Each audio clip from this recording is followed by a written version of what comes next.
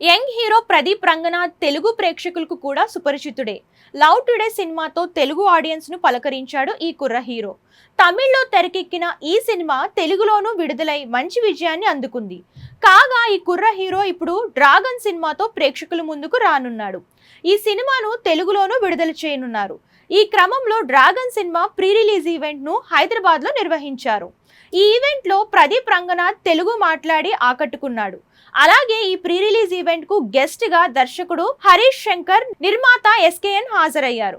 Producer SKN గురించి ప్రత్యేకంగా చెప్పాల్సిన పని లేదు. స్టేజ్ ఎక్కాడంటే ఏదో ఒక కాంట్రవర్సీ పుట్టిస్తాడు. తాజాగా తెలుగు హీరోయిన్స్ మీద ఆయన చేసిన కామెంట్స్ ఇండస్ట్రీలో హాట్ టాపిక్ గా మారాయి. టాలీవుడ్ లో మేము తెలుగు వచ్చిన హీరోయిన్స్ కంటే తెలుగు రాని హీరోయిన్లనే ఎక్కువ ఇష్టపడతాం అని అన్నారు.